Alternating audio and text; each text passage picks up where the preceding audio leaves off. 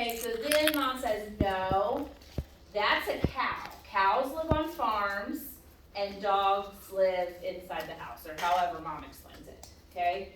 And so then that child has to accommodate the word cow and the whole concept of there's other animals besides a dog that have four animals, or that have four legs. So I have to accommodate and kind of broaden my language to distinguish the two. Does that make sense? Okay. So that's what that means. Your book is gonna have, of course, a technical definition. And I want you to write that down, but just so you understand the difference between, okay? Assimilation is like, oh, I see something similar, and accommodate, oh, it's not what I thought it was, so I have to accommodate that word or concept into my language. Okay, so then if it went on where then they see a horse, okay, and they're like, oh, a cow, because it lives on the farm. And the mom says, no, that's a horse. Yes, it has four legs, but you can ride a horse, but you can't ride a cow. However, you know what I mean? So now they've got to accommodate, okay, well, there's now three things that I know that have four legs. There's two things that live on a farm, one in my house, and so they have to accommodate more things into it. So I did want to give you that example. Okay. I was going to show you this little video. I'm gonna make 2 rows of quarters. Because, I mean, I did it with my kids when they were at this age, when my son still is in this category, but he's developed it. But taking a glass, you know, just sitting down at the dinner table, and maybe they have different size glasses or different shaped glasses than me and my husband, and they think that we have more soda or whatever. But really, even when I show them, like she did, she was like, watch me. And she had him watch her squish the Play-Doh and pour it in there, and he was still like, nope, now this one has more. It's like, you just saw me, right? You just saw me pour it in there. So does your son get it now? Huh? You said you did this with your kids, so does Yeah. your son Now they're good. Yeah, he's 6 now, so he's at the kind of end stage of this, and now he's got it. But back when he was like 3 and 4 years old, no, he would sit there and watch you pour it in a different size glass and still say that one is more than the other. And you're like, you just saw me. There's not even any more soda in this can or whatever. So it is interesting to learn these cognitive process and their cognitive maturity, right? Okay. Let's see. So yeah, that's called that's understanding law of conservation. Okay. And then Piaget says around 7 to 11 years old, they learn concrete operations, or they get into the concrete operational stage. This is when they move from, and we didn't really talk about, or I didn't show you any examples of egocentrism, but I think you guys kind of got that, especially if you know like a 2 or 3 year old and everything's about them. So they move from an egocentric to a thinking more logical. Oh, there's other people in this world besides me. I do need to think about, someone else when I'm, talking in the store or crying or screaming. Sometimes they don't, but they grasp that law of conservation. So just like I said, even though you change the shape, it's still the same. They can now categorize more things, so talking about language, talking about, kids love to put things in groups, right? And categorize things. What else? They can classify different things, and if you think about a lot of like school age, within this time period, that's what a lot of their activities are, is classifying, categorizing, comparing, contrasting. And then that's what a lot of games too. when you think about board games or, Go Fish. Go Fish is a perfect example of one that you would, categorize and classify and group things. Okay, and then Piaget's last stage talks about formal operational stage. So more abstract reasoning, more trial and error, like testing hypothesis. This is what I think will happen, and then this is what actually happened, or what my prediction was right. So this is 12 and older, and then they can also have more of those cognitive processes where they can manipulate objects in their minds without seeing the object. So, of course, this is important when we start driving, okay? Trial and error, cause and effect, okay? So this is why kids aren't supposed to drive before this stage. If I run this red light, I know that this might happen. Or if I run this stop sign, I know this might happen. If I don't yield, this might happen, okay? Some adults don't even get that. Yeah. Then we talk about reaction time and all that. All right, I have another little video that kind of goes over these stages so you can just see some of the examples are the same, but even though it kind of goes against, whatever, but that's what it says in it, so she can think that way. All right, so here's a little image, that I found of this cognitive development stages. All right, last one, Kohlberg. So Kohlberg focused on moral development and moral reasoning. Now his started, and you'll see on your theorist grid, his started at 4 years old.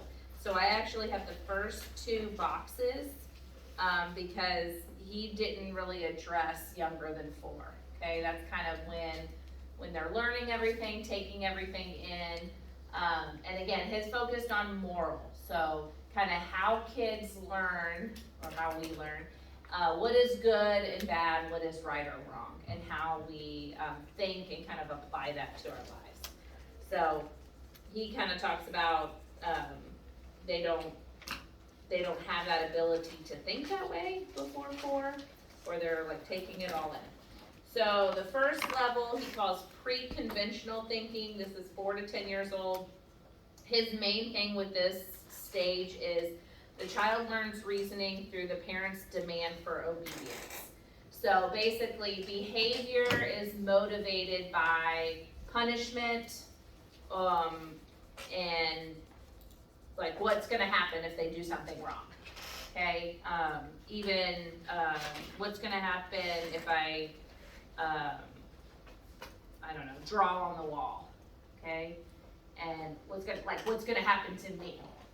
Not because they're still thinking kind of selfishly. So what's gonna happen to me? They don't care yet about, okay, my parents are gonna have to paint the wall or try and get it off or whatever. They're gonna be like, what's gonna happen to me? Am I gonna get time out? Am I gonna get a spanking? Or whatever discipline is used in the family. Or what consequence or punishments. Okay, then level 2 is called conventional thinking. So this is around 10 to 13 years old. And remember, these ages can vary. So like, this can even vary from a different resource that we have in the library. So don't get too hung up on, okay, well it says 11 to 13 in this book, or 9 to 13 in this book, or it's just think general. And I even have it on the grid, the ages. Okay, so level 2 says conventional. It compares options in which society says what's right and wrong. So at this stage, they're able to think about more than just themselves or their immediate, circle. They're thinking about how do I fit into society, and what is morally correct in where I live, in the society I live. So with this stage, Piaget says that behavior is motivated by expectations and acceptance by others, okay? And they also are learning more kind of authority. Even if I don't agree with it, this is what the principal says, or whatever, authority. Level 3 is post-conventional thinking. So this one, simply Piaget says this is post-adolescence. So anything after 13. Adolescents develop their own moral codes based on the individual's principles. So this one, they take into account, like, we can get into like laws, like this is what I have to do in my state, this is what I have to do in my country, or else I get charged or have that punishment. Moral principles, ethics, so definitely expanding the circle and taking all of that into account.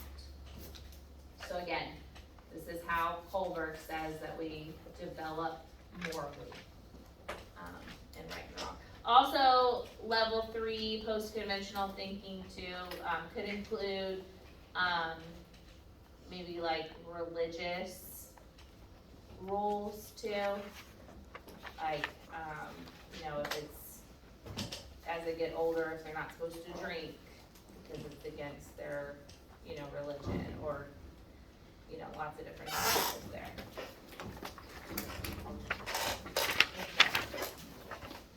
We don't get too much into Kohlberg when we talk about nursing.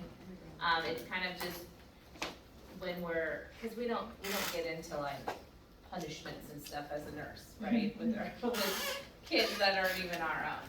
It is important to realize though, like, and we'll talk more about this in pediatric nursing, boundaries and limits, and if I was on a pediatric floor, for instance, and I walked into a 7-year-old's room and he was throwing things, or I don't know, throwing things at the wall or opening things and breaking them or something like that, I would need to know that he was probably still in the pre-conventional thinking age, and I need to think about kind of how I would create my limits, okay? So, if you continue to do, or if you don't do this, I can give you a sticker or a piece of candy or whatever, and kind of looking at the, not necessarily punishment, but more rewards, okay? Positive reinforcement. So you kind of want to know where they're at morally. And this is just a chart that I found. I kind of updated that's why this looks a little different. I updated the ages, so just so it didn't confuse you. But pre-conventional, they're thinking about how do I avoid punishment and what can I do to obtain reward. It's kind of just a real simple type of thinking. Conventional, okay, I want to belong and I want to be accepted in society, or, their circle, whatever that is, school. So I'm gonna obey the rules and regulations. And then post-conventional, it's a little bit more than that, okay? Make and keep promises. That means more living moral imperatives, thinking about other authority within their lives. Any questions? Well, on Wednesday, we're gonna review, we're gonna review Freud. So we're gonna really talk and I know you guys have a homework assignment about defense mechanisms, but we're gonna talk about even, some more examples, so we get those defense mechanisms down. And then we're gonna talk a little bit more about Maslow, or just some examples of Maslow, like when it relates to someone besides yourself, because that's what you're doing your project on. So for the rest of class, you can work on your Maslow project.